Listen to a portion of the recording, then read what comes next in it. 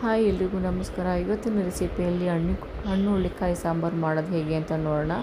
ಒಂದು ಪಾತ್ರೆಗೆ ಬಿಸಿ ನೀರು ಇಟ್ಕೊಂಡು ಅದಕ್ಕೆ ಬಿಡಿಸಿಟ್ಕೊಂಡಿರೋ ಹುರುಳಿಕಾಯಿ ಮತ್ತು ಆಲೂಗಡ್ಡೆನ ಬೇಯಕ್ಕೆ ಇಡ್ತಾಯಿದ್ದೀನಿ. ಮತ್ತು ಒಂದು ಮಿಕ್ಸಿ ಜಾರ್ಗೆ ತೆಂಗಿನಕಾಯಿ, ಈರುಳ್ಳಿ, ಬೆಳ್ಳುಳ್ಳಿ, ಶುಂಠಿ, ಚಕ್ಕೆ, ಲವಂಗ, ಧನಿಯಾ ಪುಡಿ, ಸಾಂಬಾರು ಪುಡಿ ಮತ್ತು ಕೊತ್ತಂಬರಿ ಸೊಪ್ಪು, ಟೊಮೊಟೊ ಎಲ್ಲನೂ ಸೇರಿಸಿ ಸ್ವಲ್ಪ ನೀರು ಹಾಕಿ ಗ್ರೈಂಡ್ ಮಾಡ್ಕೊಳ್ಳೋಣ.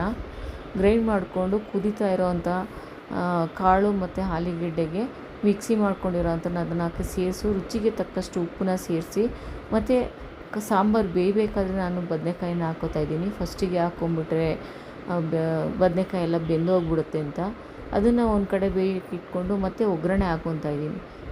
ಅರ್ಧ ಕಟ್ ಮಾಡಿರೋ ಈರುಳ್ಳಿ, ಒಂದು ಸ್ಪೂನ್ ಎಣ್ಣೆ, ಸಾಸಿವೆ, ಜೀರಿಗೆ, ಕರ್ಬೇವಿನ ಸೊಪ್ಪನ್ನು ಹಾಕ್ಕೊಂಡು ಒಗ್ಗರಣೆ ಹಾಕ್ತಾಯಿದ್ದೀನಿ.